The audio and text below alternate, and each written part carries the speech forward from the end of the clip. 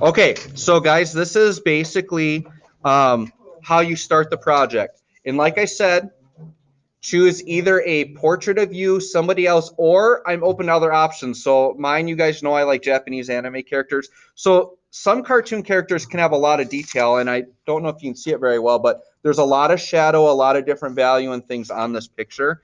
So just don't pick like a super simple character. Like don't do SpongeBob or something like that. That's too simple.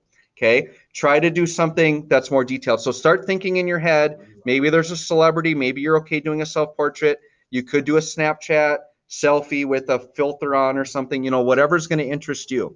Now, your printout is going to be, like I said, this is trimmed down to 8 by 10. So when you print it, it'll be 8.5 by 11. So you might want to trim it down. But this is 1-inch grids. So what you do is you take your ruler and you measure every 1 inch and you make a dot on the bottom and then measure 1 inch along the top. And then what you do is you connect those dots and you get the verticals. On the sides, do the same thing. Measure up every 1 inch from both sides, make the dots, and then connect them. On your larger paper, you're going to do a 2-inch grid. So you do the exact same process, but you're going to do 2 inches. What should happen is that these grids should connect up. So this should have 8 one way and 10 the other way, and same with your large one.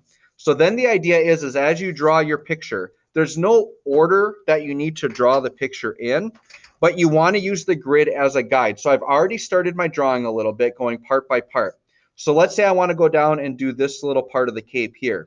You literally can count the grids and locate where you need to be. So if I start on the right side, it's the first grid on the right, and then it's up 1. So if I go back to my picture here, this is first grid up 1. So this now is where I'm going to start to draw that cape.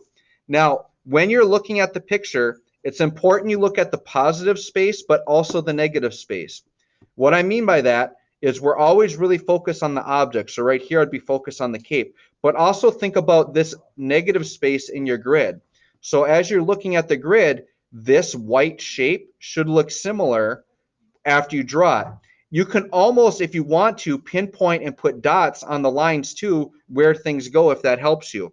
So if I'm comparing it, and I might move these really close so you can see what I'm doing, but on both of these, I'm kind of following along and I'm right here. So if I look at my small picture, this corner of the cape is about halfway down the line. So if I go about halfway down, I could almost just make a dot or a mark here. And I could say it crosses about right up here. And I'm following along here. It crosses like right there. And then it crosses over here just a little short of halfway. And then what I can do is I can kind of start to sketch. And when you're sketching, you want to be very loose and light with your lines because you're going to need to make changes and possibly erase some parts. Do not do like a thick, dark contour line the first time you draw it. You want to draw light and loose so that you can make changes and draw over it if you need to. Now I'm going to look up here and I'm just going to follow and look at where it crosses over the grid line. So when I cross over here, I should have a small little triangle here in the corner. So I'm going to draw up here and I'm going to let it cross over.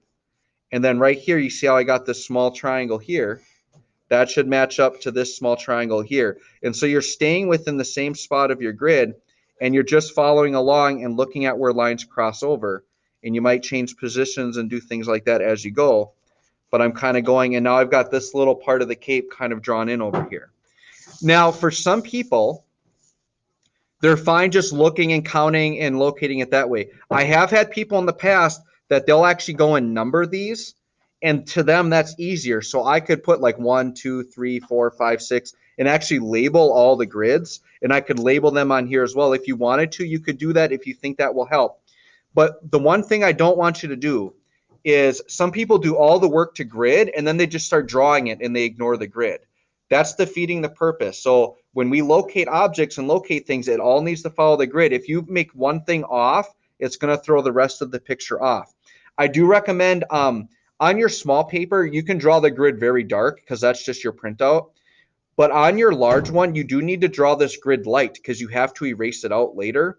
So I recommend using either a 4H pencil, or if you use a regular pencil, you just have to use light pressure, okay? But that's basically it. You're just going little bit by little bit following the grid. When you initially get this set up, if you need help getting started, I will help you start it a little bit and show you how to use the grid if that doesn't make sense, okay? All right, I'm just going to stop this.